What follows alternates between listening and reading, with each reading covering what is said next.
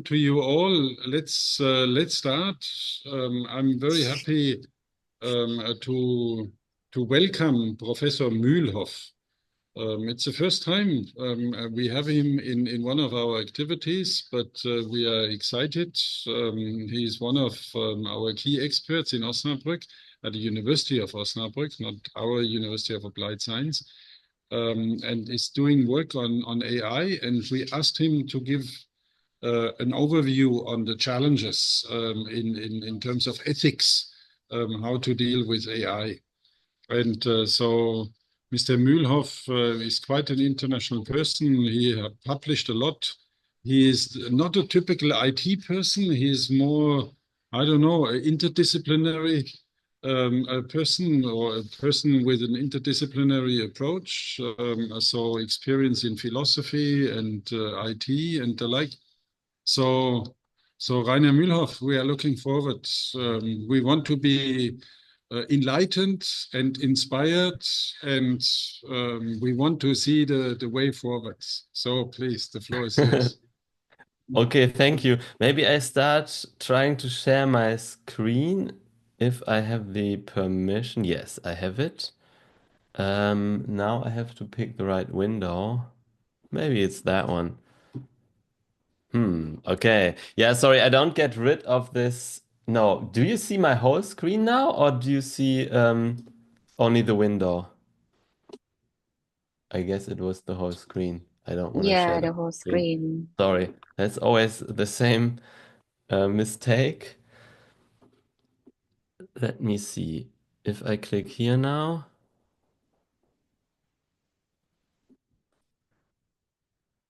This is only the window now, right? Yes. Okay, good. That's perfect. Uh, yes, thank you for the invitation and nice to meet you all. I'm kind of quite curious to see what this will be because I was not I never saw this forum before and so on. And I was wondering, especially what kind of disciplines are around here. I myself, I'm a mathematician by training, but then for my PhD, I switched to philosophy, and now I have this kind of a professorship in ethics of AI, um, sitting between the chairs, as you would say. Formally, I'm a humanities scholar, so I do not do natural science in the strict sense. It's more the ethical and also critical reflection on the societal impacts of AI technology that I'm doing. And the need for such a critical reflection came up in Germany, but also in other European countries over the last years, where we see a worldwide impact of AI technology that has so many benefits, but also several risks. So that people started creating these kind of professorships that also do the reflection or the ethics as part of an overall like dealing with AI and the societal impact. By the way, Peter, how long was I supposed to speak? I just noticed that I don't know. Peter vanished. 30 minutes or so. Okay, good. Then I just so that I don't get stuck on the first slide for 20 minutes.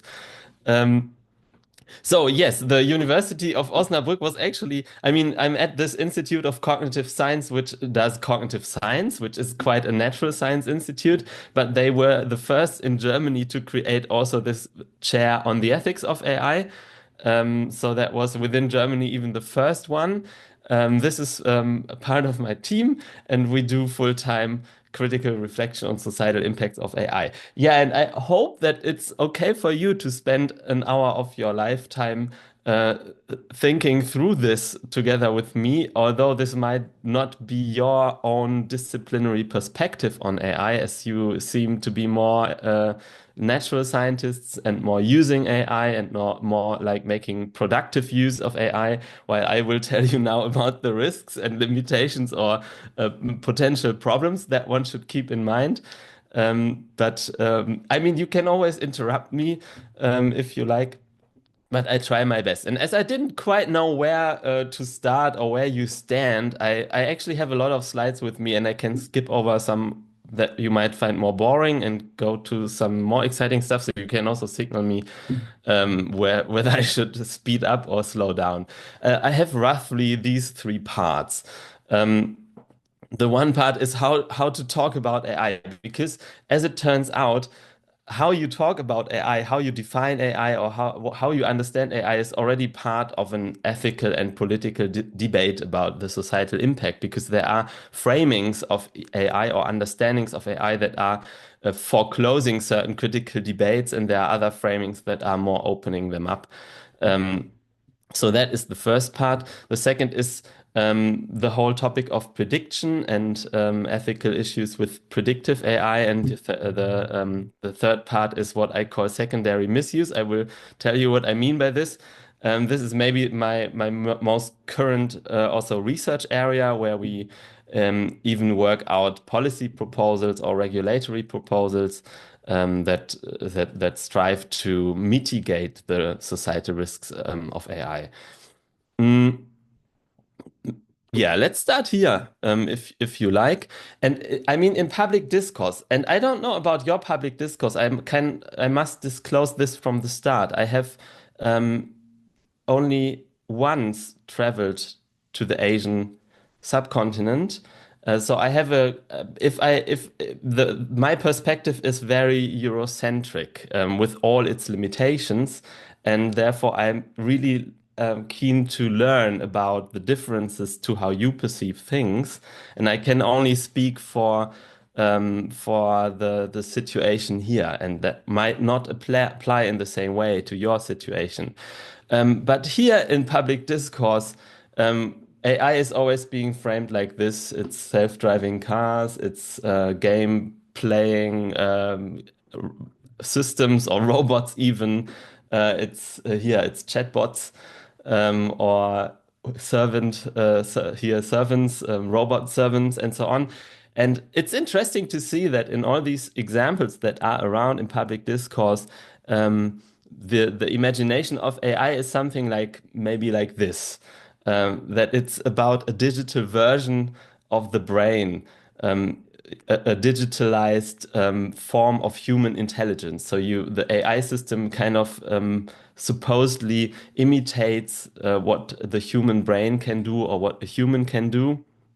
So there is this whole, I would say that the framing of AI in public discourse has these four features. The first feature is localization. Do you see my cursor if I use it here as a, I don't know. Yeah, okay, perfect. Yes. So the first feature is AI seems to be always located inside machines, like inside the robot, inside the car, inside my mobile phone. If it speaks to me, um, there is this kind of in the same way as we localize your intelligence in your skull, people tend to localize intelligence. And then building on this, there is this whole tendency of anthropomorphization, which is the idea that, or the tendency to project human properties on the machine systems.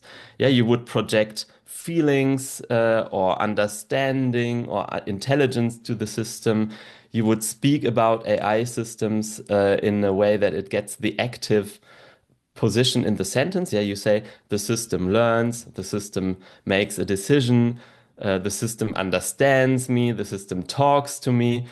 All these sentences, and I don't know about the language, the linguistics in your languages, but at least in English and in German and in French, it is like this, that AI systems are usually put in the active position within a sentence, and they are being anthropomorphized, so they are kind of being modeled as if they were humans.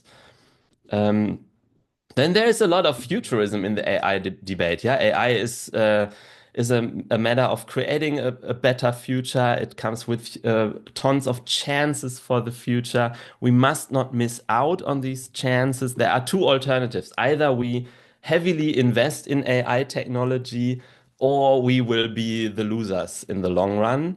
And there seems to be nothing in between. Yeah, you must full on invest in AI and deregulate AI. That is kind of the discursive framing. And if you don't, other countries, and here in Europe, it's usually China or the US, we will get squeezed between China and the US, which are in a competing race about AI, and Europe will be completely lost. And I don't know what about Southeast East Asian countries, but that's kind of what the discourse tells us. And there's also this whole idea of solutionism. AI is kind of the silver bullet technology that can solve all of our problems, including political problems, social problems, like problems in education, problems in healthcare, problems in elderly care. Yeah, instead of hiring more teachers at schools, we are now investing in AI systems to teach our kids or to assist teachers to teach our kids, instead of investing in better working conditions for nurses at hospitals or people in elderly care. We would invest in AI systems to solve these problems. And that's what has been famously called more than 10 years ago solutionism. Yeah, the idea that you can solve socio-political problems by technology, and usually by AI technology. And it is kind of the job that we have here at our group to counter these narratives in a way, or at least to cast some doubts on all the easy shortcuts these narratives take. And I would say the very first thing that is already an easy shortcut that should be questioned is that AI is not like this here depicted, should not be depicted in this way, that it is kind of an electronic version of the brain. Um, I would say AI systems today look more like this. Um, they have this network character, but it's a network character that is not in the skull, in the head, but it's more a network character that enmeshes many people worldwide in information processing networks, which then as a whole make for an AI system. This is an alternative, or maybe a more critical, or you would say socio-technical perspective of looking at AI. So the idea is to conceive of AI systems as socio-technical systems, as a research paradigm, as an ethical, philosophical research paradigm, because it opens up certain aspects about AI systems that you won't see if you stick with this humanoid idea of AI. Um, and I mean, one could talk for an hour about this, and I don't know how to take the shortcut now, but it is so important to see that the current wave of AI, yeah, people say we are in the third summer of AI technology, like the third wave of success of AI technology since the 50s, the 1950s. And the important thing is that this summer of AI has only become possible because of social media, because there are now loads of data, or maybe the infrastructures to collect loads of data that have not been there in the 80s. I mean, there are usually more than this ingredient. There's usually, people say we have better computing power, and we have the data. And if you look at the history of training data production, I have this is a slide I use sometimes. Sorry, there are some items on it that I didn't explain before, so it might not be fully comprehensive here, but comprehensible here. But let's just look at some examples. But for instance, in the beginning, or at the end of the 90s, Google search emerged. Then in the 2000s, the Web 2.0 paradigm, yeah, the interactive internet, the internet where you do not only receive data, but by using a website, you produce data that gets registered by the website, and the website would be responsive to you and produce individualized content. That is the Web 2.0 that emerged in the early 2000s. Things like Amazon Mechanical Turk or Google Analytics, like huge data gathering or collaborative infrastructures on the web, emerged in the 2000s. Facebook, Twitter, smartphones. And then with a delay of about roughly 10 years after the worldwide emergence of this data collection infrastructure, um, you see the hype of deep learning, the deep learning hype. And this has so, and it's exactly the same companies. Yeah, the companies who own these infrastructures and worldwide data collection infrastructures were able to have the breakthroughs in artificial neural network AI. So it is a technology that is inherently tied to data collection infrastructures, which are socio-technical things. It's all about how can we make users produce data. When you want to start an AI business, you always have to think, okay, how can we make users produce data? This is the idea of the perspective. So if we say that um,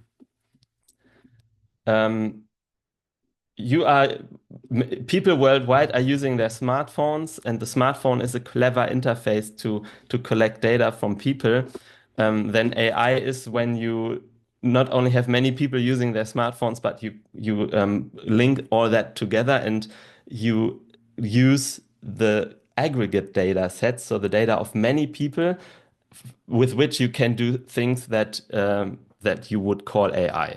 That is basically the idea. So this paradigm, I call it human-aided AI. So the idea is that all AI systems are in some way or another human-aided AI systems. And the interesting question is in what way? It rests on several theses. For instance, this is the one, yeah, most commercial AIs today are actually hybrid human and silicon-based computing networks. Actually, maybe one example. I don't know if this is if we need an example. For instance, the first face recognition AI system by Facebook was, one of the earliest facial recognition deep learning systems was trained by Facebook. Why by Facebook? Because you need images to train such a system. So if you want to train a face recognition system, you need labeled faces, obviously. And how do you get labeled face images? Maybe when you are a social media platform, you can make users to provide them for you for free. So they invented this year. In the 2000s, Facebook invented this user experience design where you can annotate faces. And then there was a huge scientific discourse how to make users label images or label faces. That was not trivial because users didn't like it in the beginning. They didn't really want to annotate the faces on uploaded photos.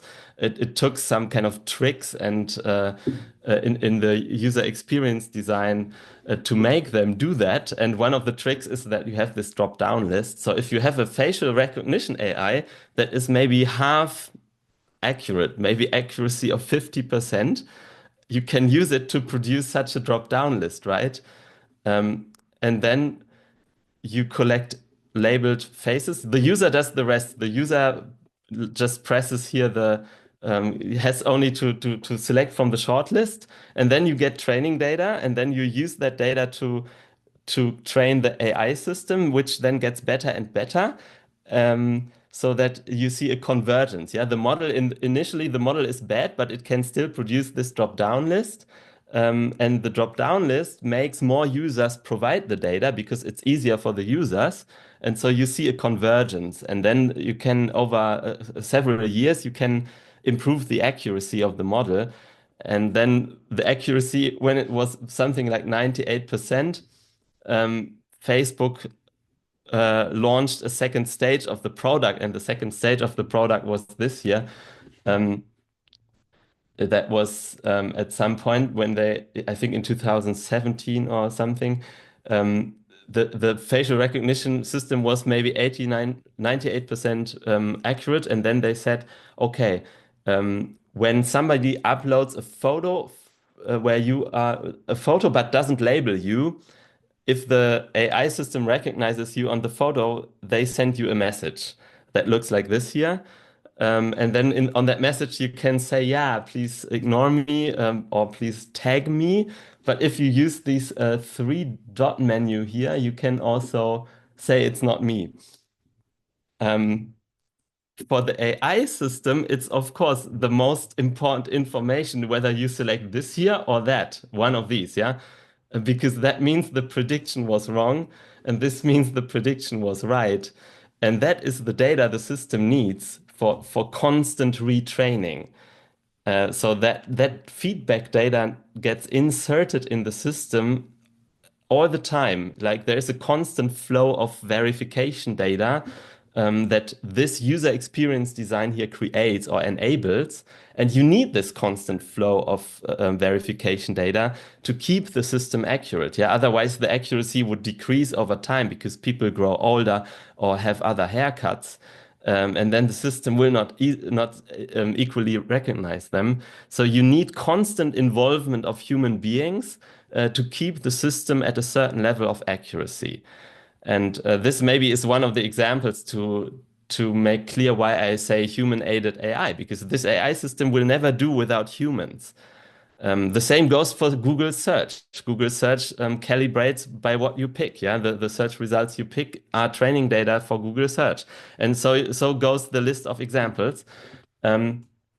So one of the theses of human-aided AI is that in the commercial world, when you run an AI system, you always have the problem how to create a flow of training or verification data. And that usually comes with user experience design problems. It is half of doing AI out there in the world is doing user experience design. This is why I say here that machine learning problems are translated into the design of human-machine interaction. This is vital, yeah? AI systems are not only being done by programmers, but also by user experience designers. Because without the data, you will not do the AI, and you will need the data through all the lifetime of the AI system and not only in the beginning for training. That is maybe the thesis. Okay. Yeah, here there's this thing. To make this shorter or to bring this to an end, the human-aided AI perspective doesn't not only come with this more distributed hybrid perspective on AI. So the statement that let's look at AI systems as socio-technical systems where humans are cognitive subunits of AI systems, and media technology is enmeshing them as cognitive subunits in AI systems. But the second part of the whole thing is that we also should look at different examples. Because AI is often framed as very futuristic, and this discourse often misses that there is already AI out there that is already having huge societal impact. And I usually say, okay, going by impact and by market capitalization, like by how much capital is in this business, we should actually look at these things. Risk scoring, credit or insurance risk scoring. Maybe it's boring because you all know it, but it's still one of the most important examples. Of course, the impact on democratic discourses, especially when it comes to fake images or texts. But going by market capitalization, still targeted advertising is the biggest AI business. I have some slides why this is actually comes with huge risks, but I'm not sure whether I will come to the slides. But if you are very specifically interested, we can do it in the question round. And also an example I always bring, but that's often forgotten, is human AI and human resource management. Already in 2016, for instance, in the US, more than 65% of job applications were done with not applications, but job selection, like applicant selection processes were done with AI. And today you can safely say that more than 80% of applicant screening processes on the job markets are done by AI. So AI picks the people that are invited for an interview. that comes with huge societal impact if these systems are biased, or if they exclude certain demographics, people with migration background and so on, and all this happens. So going by impact, that is something that we should look at. And all these systems are depicted here. They are not humanoid. Yeah, they don't come across as a robot. They don't have the intelligence located in some kind of a head or something. And that's the important message. That's all networked systems. If you are interested in this perspective more closely, then there are two sources. But let's get to the next part. Um, I would like to like AI systems that are based on enmeshing human users worldwide as data producers. They don't only get something from these users, but they also can impact on these users, right? Because, yeah, why? The answer is because they learn so much, or they are able to learn so much information about these users. And as it has been, I don't know, it's been out there for more than 15 years, but I'm not sure. I think one cannot highlight it enough, but the data that feeds into AI companies, platform companies, from this data you can predict many things. Like here, sorry, I apparently did not translate this arrow here, but it means prediction. So from the data that you usually gather in consumer-facing digital media, you can predict a lot of things about users. Not only the classical demographic attributes that I have in this box here, like age, education, sexual identity, but also more progressive attributes that are more sometimes even more speculative. For instance, diseases or psychiatric conditions. Yeah, it's a huge business predicting about people whether they have depressions or anxiety disorders. It's actually a huge research area, but also a huge business. Substance abuse. Or did you grow up with separated parents? That is something that you can predict very well from social media data using machine learning classifiers. And this is an interesting constellation because first, there is not enough societal awareness that these attributes can be predicted and that they can be used against people. For instance, when it is about making a hiring decision or a credit risk decision, it is not unlikely that attributes such as this or predictions about these attributes are being used. But conceptually, this comes with a huge challenge, and I'm very interested in your perspective because I'm now bringing the European data protection perspective, and I'm very aware that in other countries, especially in the global south, data protection people have different views or diverging views on data protection than here. But for the context here, predictive analytics comes with a huge challenge. And like, let's go through it by the, I have this kind of scheme here. So by predictive analytics, I mean an AI model or a predictive system that gets input data and output some output data. The input data is usually data that you have about people in abundance. For instance, the usage data on social media, you have it, what people like, what people share, people's GPS positions, the things people do on their phones. That is usually data that's easy to access for companies. And then there is some information that you want to know about the people, but that's not easy to get. For instance, do they suffer from depression, or do they abuse substances, or do they have health issues?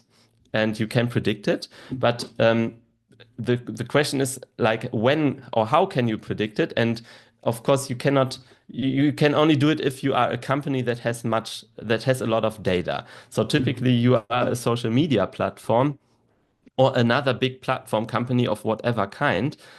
So you have millions or billions of users, and each of the users is represented here with a green dot. And some of the users would disclose the sensitive or the target information to you. For instance, some users on Instagram or TikTok would reveal that their sexual identity. I did it with sexual identity here on the slide. So maybe 5% reveal their sexual identity. Then you can take the subset of the data from these users, and from that you train a predictive model. And then if you are a company, what do you do next? Of course, you apply the predictive model that you trained on the data of these users, you apply it to all the other users. So that you can predict the information that these users did not disclose. You can predict it about them. So, and this is the thing that is the challenge, at least in the European mindset, that a privacy decision by these users here has effects on all of the users. Yeah, if 5 or 10% of the users decide to disclose that they have depression, that enables the platform company to predict about all the others that they have depression, or at least with a certain likelihood. My privacy decision is not only an individual decision, but a collective decision. In the European mindset, this is really weird because it is a very individualistic society. I'm really interested about your perspective on it, because what we say here is that Southeast Asian societies are much more collectivist in their mindsets. So I'd really like to know how you how this sounds to you. But here it is really and let's look at this second point here.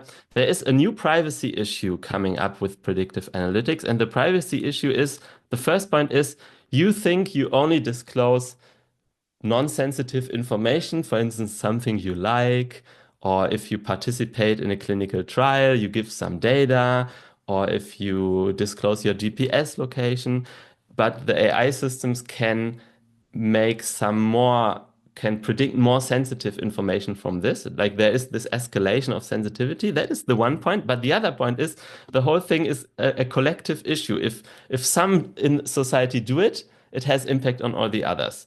If some people participate in a clinical trial where you test an AI system to predict depression from voice data, then you can apply this AI system on all the other people and predict their depression from their voice data. And that is something qualitatively new that is even a regulatory challenge. Yeah, that it doesn't really get into politics, understanding this, and many people have. I would say that we are not yet there to really understand this problem, this collective problem or collective implications of AI that are enabled by the individual decisions of some people. Yeah, some people decide that they can disclose, or that they don't fear anything by disclosing their data, but then it has implications on all other people in the society. Yeah, and this brings me to the third part, where it maybe even gets more sciencey. I already alluded at this example. This is one of my favorite example. Research on predicting psychiatric diseases from, in this case here, from voice data. Yeah, there are many papers out there. I picked two here. Depression recognition using voice-based pre-trained model. So the idea is, can we predict depressions from audio data? And audio data is not necessarily what people say, but more how they speak. Yeah, the idea is maybe we can recognize the depression from how your voice sounds. The thing is, you can, as it has been like demonstrated here in these papers. This is the second one, was the voice of depression speech features as biomarkers for major depressive disorders. You can also do it for other mood disorders. It's not only depression, but let's stick with depression for the example here. And if we pick the first paper by Huang et al., it's very interesting to do some close reading here. What they did is, and I don't know how, but some of you will, I think, know what this is here. They used a pre-trained model provided by the company Meta, so Facebook, Instagram, WhatsApp, yeah, the parent company of Facebook. They used the Wave2Vec model, which is a general voice feature extraction model, like a foundational model that is being published open open access kind of on a platform such as Hugging Face. They used this model and fine-tuned it with an openly available research data set. So they took from the University of South California an openly available research data set with 189 audio recordings of depressive people. So it's actually therapeutic sessions that were recorded of people with depression. And they fine-tuned the foundational model with this model where they know these people are depressive. And the result is a model that can predict depressions with high accuracy from an audio sample of 60 seconds. So, or maybe I have this pop up here. And the typical argument in these research papers is that you do this to improve medicine. Which you certainly can. Yeah, this is certainly of a huge use in medicine because you can speed up diagnosis or make it more less expensive. So you have this kind of, this is a current research topic that you use these systems to improve medicine.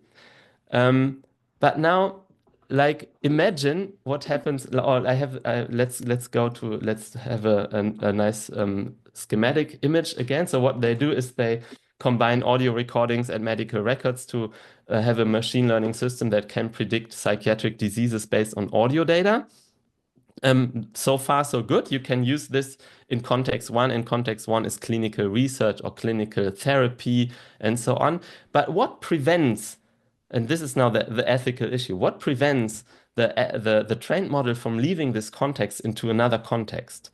There are no barriers, no effective regulatory barriers that would prevent the model, the trained model, to just move to another context, to get copied into another context and get reused, for instance, by companies that would use these models for insurance and for insurance risk scoring or for job applicant risk scoring or in telephone hotlines. Yeah, people are on the telephone hotline and you want to know what kind of personality do they have so that you know how to treat them best. You use it in sales conversations and so on. And if you think I'm making this up, there is a huge range of examples. For instance, look at this company, VoiceSense. It's a company out there for more than 15 years.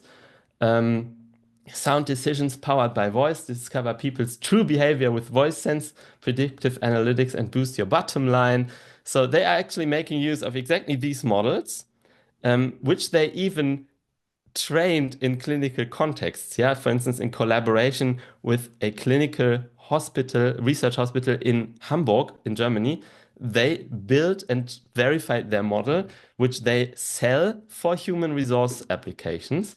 Yeah, here increase candidate success and reduce hiring time. This is the explicit making use of such models for job applicant screening. Yeah, imagine a job application, a job interview in Zoom, and then you just use the model on the audio data in real time, and then you get a score. There are other examples. AIberry is a Californian startup. They are doing the same thing, real-time mental health insight and monitoring, and they are actually selling it to employers. So the idea is that the employer makes the people, the employees install an app on their smartphones. And the app, it's this little companion, the app, you are supposed to talk to the app. So the app asks you a question in this written form, but you are supposed to use your voice to answer the questions. And then the app comes up with kind of a mental health assessment. And there's then also a dashboard for the employer, an executive dashboard where you can see the mental health of your workforce. And these are actually, I mean, this comes, maybe I need to explain this. Why is this such a problem? Because it obviously comes with a huge risk to discriminate people based on their mental health. Yeah, people will not easily, like if you are suspected or predicted to suffer from some kind of a mood disorder, depression, anxiety disorder, and so on, you will have it much harder to get a job if such a system is used. And if you are on the job, you can expect that you will be monitored. And this is for me, and this is one of my final slides, This is for me an example of Mr. what Mühlhoff, yeah. yes, and Rainer Mühlhoff, are there already examples where this is really practiced? Yes, these people Are sell there it to. countries where they use it, where companies are using such tools? Yes. These two companies I mentioned to you here are companies selling the tools, but they And have they use it. customers. I mean, these are Customer. companies out there for 15 years, um, Okay. that have a huge record of customers making use of these tools, indeed. So this is not theory. This is really Yeah, okay. practice. And I mean, we could talk a little bit more about how this is actually possible under the GDPR and AI Act and so on. But these companies are in part operating outside of Europe, where the GDPR doesn't hold. Like VoiceSense is an Israeli startup that has comparatively little data protection obligations. And although they did their clinical research in Germany, and AIberry is in the US, where you have also not much less Interesting. data protection standards. But in our research, we have been spending the last 2 years pointing out that this would even be possible in the EU. Yeah, even under the GDPR, using such systems would be possible, but it's a little bit harder to explain where is the legal loophole, and I'm not sure this is the right forum here to explain Yes. legal loopholes in the GDPR, because who cares about the GDPR if you are not in Europe? But yes, it is being used. And Okay. for me, the ethical problem is what we call secondary misuse. Yeah, and this is my final thing. I will leave you. I will not continue talking forever. But let me make this one point. The issue is this: you use AI for a beneficial purpose. Yeah, for a purpose where it brings huge advantage to research, to medicine, or whatever, in a context number one. And this context is usually the context that gets publicly mentioned, where you say, yeah, we should do this. And there you build AI systems. And there is currently no safeguarding against these trained models leaving the context and getting reused in another context where the predictive capacities of the models will do damage, where they are harmful, usually, or where they can easily be harmful. And this is what we call the risk of secondary misuse. And even in research ethics committees usually only consider the primary context of a model, and then they give their ethical like agreement to some research.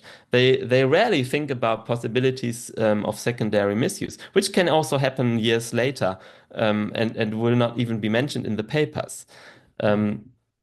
And so in our research, what we come up with is, we call it purpose limitation for models. I will spare you the details now, but I think that we need something like a purpose limitation principle for trained models, where you state that you can reuse the model only for the purposes that are compatible with the original context. If you are interested in this, we have 2 papers out there. I will not go into this here now, but you can maybe you find the papers easily. Like there is also a second, like you can also share the training data, so that you need also to safeguard against this. If you are interested, you can look it up, and I will also not go to these examples here. Okay. Exactly, that's where we are. Very good. So thanks for listening. Here there is this predictiveprivacy.org. If you are interested in these like purpose limitation things, you can look there. Thank you very much. Yes. So thank you very much. That was very interesting. And well, it's even though we assume we follow the discussion and reflect, the development is so fast and so complex that it's always important to look at it with a fresh perspective also. Sinta, you had an issue. Yeah. Thank you, Peter. Thank you, Professor Mühlhoff. It's very interesting presentation. So actually, I have question in my mind, like, I mean, several times knowing deeper about the AI. In what ways actually can AI be programs? Because you as an expert normally you use secondary data, you use internet, any kind of sources to make AI. So, but that's the program to adhere to the ethical standard, and actually, who determine those kind of standard for the ethical issue in using the AI? So that's my question. Yeah, thank you. I mean, that's a very good question, and I'm not sure I have a good answer, or at least not an easy answer. Um, I think what we try to highlight in all of our research is that it will not be possible to delegate the ethical part to the AI. So I think you will not solve all ethical problems by programming or engineering AI systems so that they behave ethically. But the ethics will always be something that you need to do as the humans doing the research on AI or producing AI systems or making use of AI systems or deploying AI systems or regulating AI systems if you are a politician. So ethics will always stay with the people. Ethics is a mindset and not something that you can engineer into the systems. Of course, you can try to prevent certain harmful behavior of systems by engineering safeguards into the system, but yeah, we try to look at the things that you will never solve by technological means. For instance, if you collect data in clinical research, as it was done here, how can you technologically prevent people from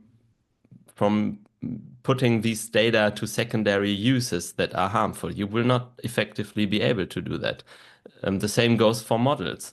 You cannot build into the model that it cannot be used for risk scoring of a job interview if it was built for the use in a therapeutic session.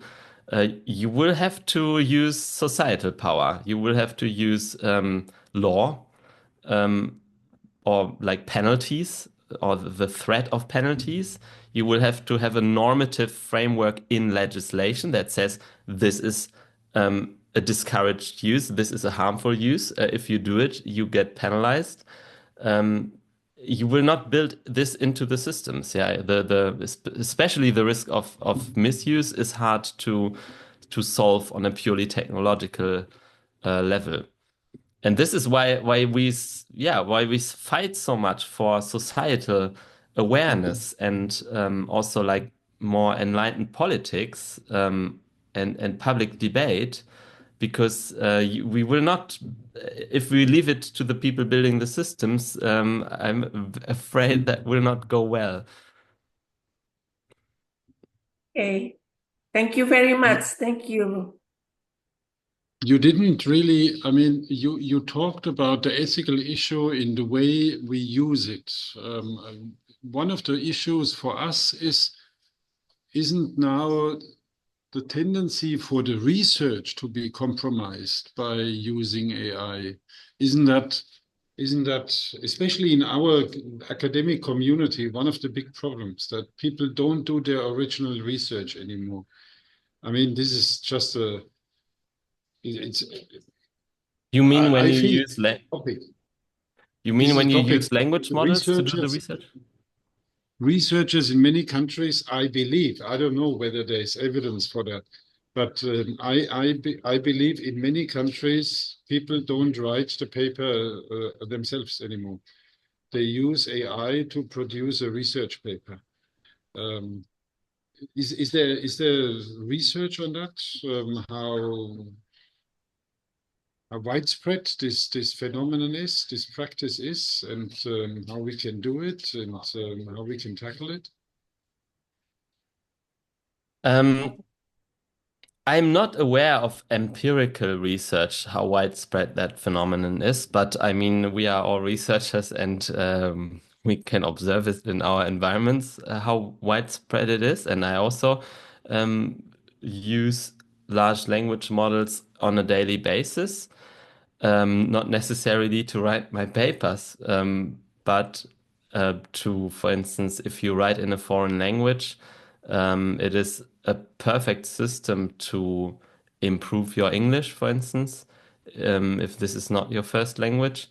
And it will also equal out some power imbalances. If you are not a native speaker, you are usually more disadvantaged in the international competition in research, which is in English. And I mean, upon using these systems in my own research, I clearly find that as soon as it comes to reasoning, I can definitely do it better. Yeah, I cannot do the English better. Like the wording is certain. Like I would write an argument in crappy English, and then ChatGPT would polish it in terms of language. But ChatGPT usually does not come up with better arguments, at least not that they convince me. I would say they only, if you leave the arguments or the insight, the reasoning to large language models, you will always end up producing something that converges to the average. And then we have, I mean, of course, the average now increases because now everybody uses these systems, and if you don't use them, you are a loser already. But still, if you want to do brilliant research, you will have to do something on top. I mean, this is now using large language models as a tool in writing your paper. There is also this whole topic of, can we automate research using LLMs? For instance, can we automate biomedical research because it can test so many more combinations of molecules and so on? Or even, for instance, in my institute, there is a whole group working on the automation of brain research or brain modeling. Maybe that's interesting for you to invite him. He can give a presentation. This follows this kind of thesis that soon we will be able to do 10 years of research in 1 year by letting it be done by LLMs. I don't have a very specific opinion on that. Actually, I'm rather skeptical, but there will be some stunning success in the beginning. But I think there will be limitations, and then there will come the point where we will look around in the world where are the researchers that still understand their research to bring their field forward. But I like the point you make that you use it yourself and I use it and Du Sheng is using it. And so, I mean, 2 years ago, I guess at many universities, we were saying, oh, please, don't use it. And now we say, I mean, there is no way around it. And there is a positive way of using it. It's just that for sure. Yeah. Right. I mean, I also use the automated spell checker in Microsoft Word, putting a red line under the words I mistyped. And I always try to make it of course, LLMs are something different than an automated spell checker. But I think it is a good approach of thinking of it as a language tool, a tool that improves your language, that polishes your formulations, that increases the readability of your research. And that is so important if you are not a native speaker. Yes, that's good. Because there is this huge Anglophone hegemony. Like if you are an Anglophone person, you have such a huge advantage in research internationally. And I think that gets a little bit evened out. And we should make use of this as an empowerment tool. But we should not become lazy and let the research or the arguments being done by these systems. Because, I mean, if the system can do the argument, why doesn't Sam Altman or others do it themselves? Why does it need us to write the paper? So if we want to produce something stunning, it needs our brain to add something to what the system can do, right? Well, one last question. I guess predictive analytics would help me, but when I look at Du Sheng, I get a feeling he's waiting to make a comment. is this almost AI-like that I looked at your face, interpreted your movement, and now I say there is something he wants to say, or am I wrong? Frankly, I don't know what to ask now because I try to follow with the AI as much as possible. And I also even install DeepSeek in my own computer, who can run without the web. Yeah? And it's just so amazed me, the intelligent insight. For the average students, when they engage with AI, they will find that AI is the expert on the subject, because they can't judge whether it's correct or wrong, or something. So they will just take everything, So that's my challenge when for my own research area, I can judge whether AI give me something that is really nonsense. But it's how I'm going to help the students to apply this, especially what kind of AI, it is an ethical principle that I can put forward for my students as a guide for them to using AI. This is something I still struggle, frankly. If you can make some comment, would be great. Thank you. Yeah, thanks. I really like this question because I have the same problem. And I would say, for instance, I'm doing a class, like a seminar, where I let students in the seminar use AI to, for instance, answer questions, where the AI then is the expert. So that they don't have to do it in secret at home. So let's do it in the seminar, and then I try to tell them when I see that the answer is wrong or bad, but they won't detect the bad answer because they don't know. So I try to confront them that I see something bad in the answer that they don't even see, so they should maybe not trust the answer. And after like 5 seminar sessions, they really start doubting the answers, and then the question is, okay, how to improve? And I would say there is a huge difference between Google search results and the answers, for instance, of ChatGPT, because ChatGPT only gives one answer and says, oh, this is the answer. And if you do a Google search, you always get a range of answers and like a list. And then I make students compare. Like you use ChatGPT in one window and you use, for instance, Google in another window. But then you have to click through the results, and then you have to kind of build your own like multi-perspective conclusion on what is the best answer or so. And they when they do this, or when they are forced to do this in a seminar for half an hour, they usually say, what ChatGPT says is very under complex or even wrong. And like doing this for one semester makes people aware of this limitation, and then I hope it helps them to doubt the system. Great, thank you. With Thank your you for your- students, with your students, you need a semester. In our case, 1 hour was already helpful in opening up, open our eyes. So thank you very much. That was very, very helpful, very useful. I suggest you come to Southeast Asia, to Malaysia, or so, to Singapore, because Well, I would love to. So if Yes. you find that my presence would be possible at your institute, send me an email. Yes.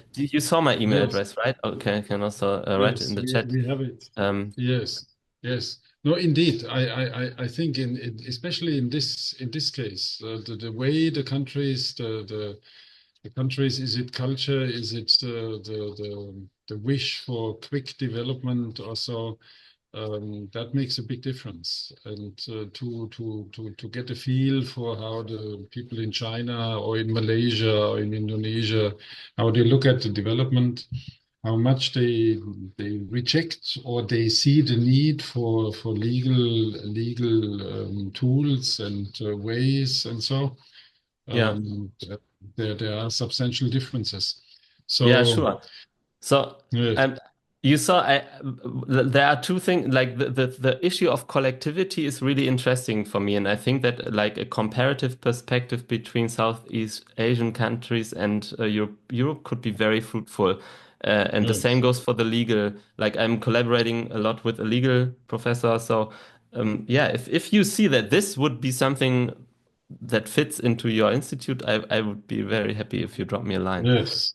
Yes. Very nice. So I put thank you my very website much. and email address in the chat if you didn't copy it. Yes, we saw that, and please, you are all invited if you find that interesting. Rainer Mühlhoff, University of Osnabrück, um, interesting career, mathematician and philosophy, and so thank you very much. It's highly appreciated. Thank you to all the participants. Sorry here for me for the quality of the background, but all the best to you, and see you soon again in another enrichment day. Yeah, but this was a truly enriching 1 hour with Rainer Mühlhoff. Thank you very much. Thank All the you. best to you. It's a nice Thank you title, very Enrichment much. Day. Thank you you. very Yes. much for your very interesting Nice to presentation. meet you. Yeah, See you. thank you. Nice to meet you. Yeah. Bye. Thank you. Bye-bye. Bye-bye. Thank you.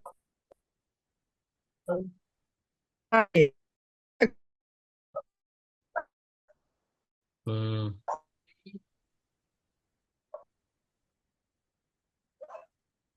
Thanks.